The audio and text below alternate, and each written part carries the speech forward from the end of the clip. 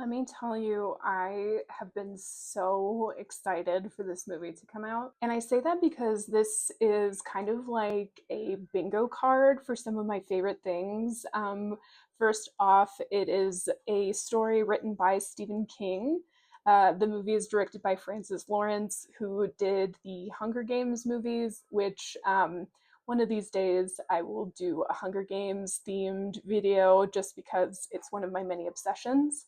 But also it's about dangerous games, positive male friendships, dystopian future stuff, all things that I absolutely adore in a movie. And so, of course, we're talking about The Long Walk.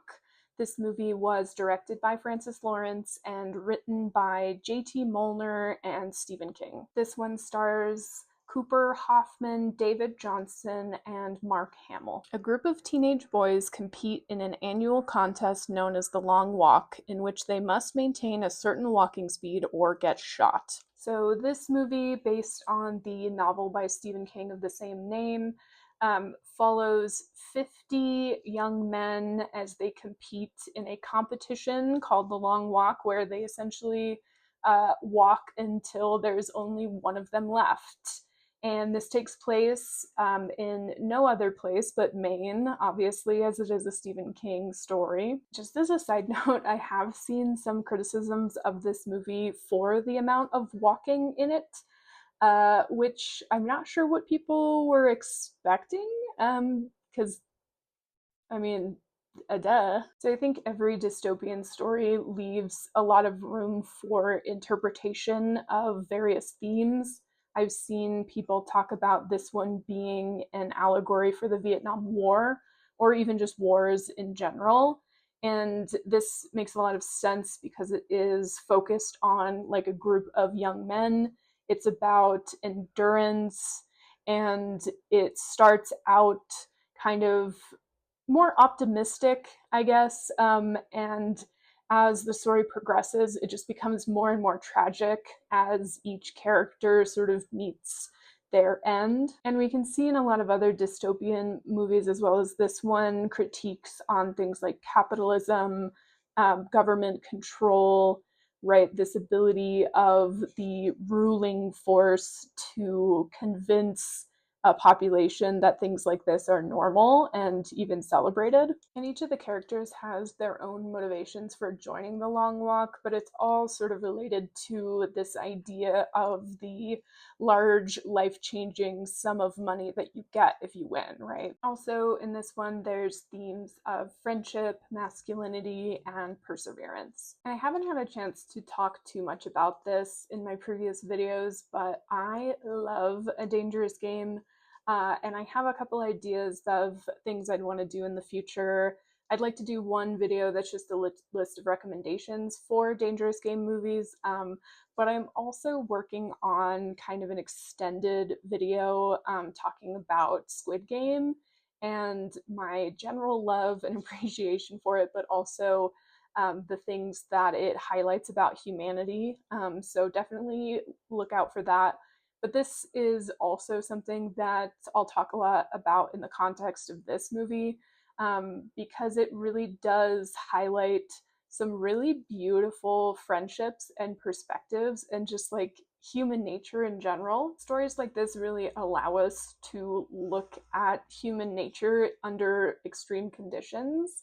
And I think that makes for some really beautiful storylines and character development, and this movie demonstrates that so well. So the execution of this one is excellent, as we can expect from Francis Lawrence.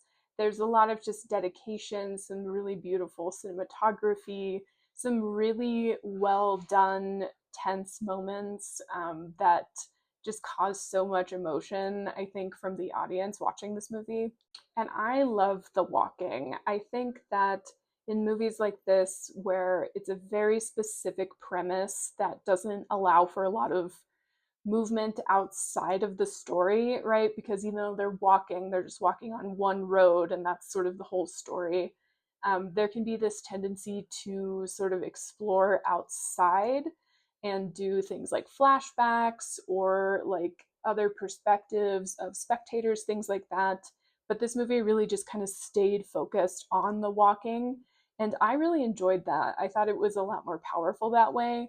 And the interconnectedness and just the chemistry between all of the characters and the writing on all the characters made it so easy to just kind of exist in this moment in time with them.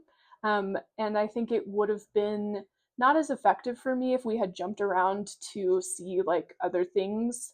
We get a little bit of flashback just with the main character, but it's relatively brief. And so the main thing that we see is just the walking and how things sort of escalate. I saw an interview with Cooper Hoffman talking about the making of this movie, and it was actually filmed chronologically, which is relatively rare from what I understand. And they did that so that the characters would be more worn down as the movie goes on. He also said that they walked about 15 miles every day, which is really neat, just to know the amount of dedication that went into making this movie. I also just love the stylization and the way that the characters, Stephen King has such a specific way of portraying characters, from the way that they dress, their names, right? The main character's name is Ray Garrity, which is such a Stephen King name. Like, I couldn't say why it is, but it totally is. And just like their costumes, the world that they live in, how this dystopian future is kind of portrayed, right? It's sort of timeless. It doesn't feel like it's in the future. It could be in the past, right? It could be really any moment of time. And it's just so specific to his kind of writing, and that made the execution that much more enjoyable as well. So this is definitely more of a thriller than it is a horror, so you don't really get things like jump scares. It is much more gory than I was anticipating, I'll be completely honest. And I'm not sure if that's just because of seeing the Hunger Games movies, which, you know, there's a certain level of brutality in those stories, but it's not a particularly bloody set of movies. Whereas this one, if you are sensitive to gore, I would definitely let you know going in that there are some very gnarly deaths, some gnarly injuries. And just a side note, not gore related or not scary related, but there are some pretty gross, like, bodily function moments in this movie, just so you're aware. Because there's just certain things that come with walking without stopping for several days, if you can guess what I might be referring to. But there were some really gnarly moments in this movie, some moments that made me physically cringe and that were stuck in my head for a little bit after watching it. So at this point in time, we're going to be switching over to spoilers. So if you are sensitive to spoilers, stop the video now, go watch this one in theaters, come back and tell me what you thought. So we need to talk about my boys, my favorite boys. And of course, I'm talking about Pete McBreeze and Ray Garrity. These two are excellent. Of course, Ray Garrity played by Cooper Hoffman, and Pete McBreeze played by David Johnson. These two are so excellent, just in their portrayal of the two characters. They have this sort of instant chemistry with one another. They just work so well. They're both very charming, very funny, and have so much depth. And it's just their performances alone really make the movie. I mean, everything around it is excellent too, but yeah, these I love these two. They're excellent. And when I talked earlier about these kinds of stories really allowing for us to explore some of the more beautiful things about human beings, I think that is so exemplified in Pete as a character. He has this beautiful sense of optimism, and it's not like a naive optimism. Like, he's realistic about what the walk means for all of them, but he still has this ability to be optimistic in a way that is sort of in defiance of the darkness of the world that he lives in, right? So he's still able to, despite having been through so much in his life, he's able to, appreciate a rainbow or like defend this family of spectators when he's talking to Ray. And it's just so wonderful to behold. And Ray, I think, balances that out very well. He's not so much a pessimist, but he has this sort of grudge that he's holding at the indignities of the world, right? Especially in the character of the general, played by Mark Hamill, who's sort of running the whole game, and then also is sort of like in charge of publicly executing people in the regular world. He had killed Ray's father, and so he holds this grudge. And they have this kind of Pete and him have this conversation about like the type of people you have to be in order to kill someone, and it's just it's just this really great interplay of these two characters. And it's also just very emotionally um, powerful to see Cooper Hoffman's character talking about admiring his father, because if you didn't know, so Cooper Hoffman is actually Philip Seymour Hoffman's son. And so there's kind of like a double layer to that performance as well. It's just excellent. I don't know. It really, the two main characters are so effective in this movie, and they're also just held up by an excellent supporting cast of characters. Right, you have characters who are funny characters, who are sweet and kind characters, and then you also have some characters that are lost and maybe a bit angry, right? But everyone has something to them, right? They all have this like incredible depth, and you root for them, even the ones that initially are presented as the antagonists, right? They all sort of have other sides to them that come out in these different circumstances throughout the movie. And the deaths, each one is so heartbreaking. They're just so painful and awful, and um, just incredibly hard to watch some of them. And just it just really keeps you on the edge of your seat throughout this movie, kind of waiting for the next shoe to drop, right? Because it holds tension very well, in that sometimes you kind of forget where you're at, in the story.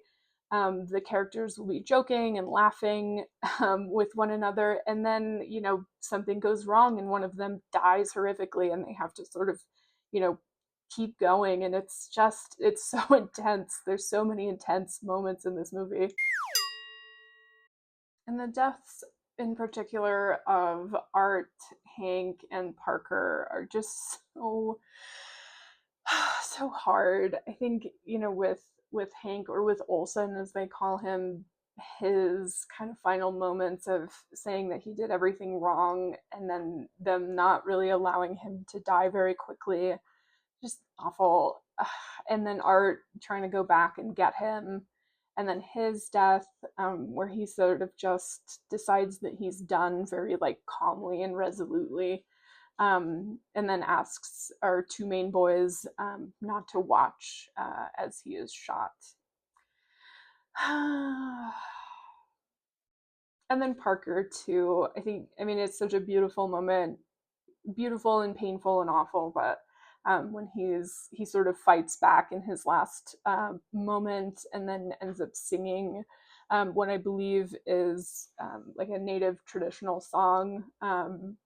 Just, I don't know, there's so many opportunities in this movie to just be so powerful, and it really was just an emotional roller coaster for me. I think it's also just an interesting detail that you have a character like Stebbins, who is like an illegitimate son of the general, and I wonder if that is like something that's intentional on his part, to kind of like sire these boys who eventually end up playing this game. Just a little detail that's really just, I don't know, it's kind of interesting. And I feel so strongly about this movie, but I was a little bit, I don't know if disappointed is the right word, but I don't know. Something about the ending felt a little bit rushed for me, and I'm not sure if I loved the ending. Of course, in the end, you have a moment where Pete is sort of trying to sacrifice himself so that Ray can live, right? Because they're the last two standing. And Ray sort of doesn't let Pete do it. And he says, just, heartbreaking line of, let's walk a little more, or something like that. But then Ray ends up sacrificing himself. And so Pete, in sort of his final wish in his last moments in the movie, he asks for the gun and ends up enacting Ray's plan of shooting the general. And I don't know, it feels like it's one I have to sit with. I'm not sure if it feels completely in line with Pete's character, and I feel like there's something more to it that maybe just needs to reveal itself to me, or I need to think about it a little bit more. I did love, however, the final shot of Pete just kind of starting to walk again, and walking sort of into the distance, and that's the last shot of the movie. I feel like that's very powerful. I know that's how the book ends, although it's in the book, I guess it's Ray who ends up winning, and so he sort of is just out of it by the end and doesn't. I guess the assassination plot doesn't exist in the book, and so he just keeps walking, right? Because they've been through so much. And at this point, it seems like that's really the only thing that they can consistently keep doing is just walking. And there's something really powerful about that. So the ending, I didn't think it didn't give me quite the emotional catharsis that I was hoping for, but I did enjoy it. I by all means, I didn't have like I didn't think it should have really gone any other way. But yeah, this movie was very effective for me, if you couldn't tell. I think I'm going to rate this one a 4.5 out of 5, near perfect. Maybe just 1/2 off because the ending didn't quite give me exactly what I was hoping for. But yeah, I would highly recommend this one cautiously, just because it is pretty devastating. But if you can sit with that, it has some really, really beautiful moments and some great performances. It's just overall a very well done movie. Let me know your thoughts on The Long Walk. I'd also be curious to hear what all of your favorite Stephen King adaptations are. This one might be up there for me. It's very effective. And stay tuned for my Dangerous Games video. I'll also be doing another review hopefully in the next week or so. And one of these days I'll do my Squid Game video, but it's going to be very emotionally charged, kind of like this one. So it might take me a while to do that one. But follow me on Instagram, Letterboxd, and TikTok, and please like and subscribe.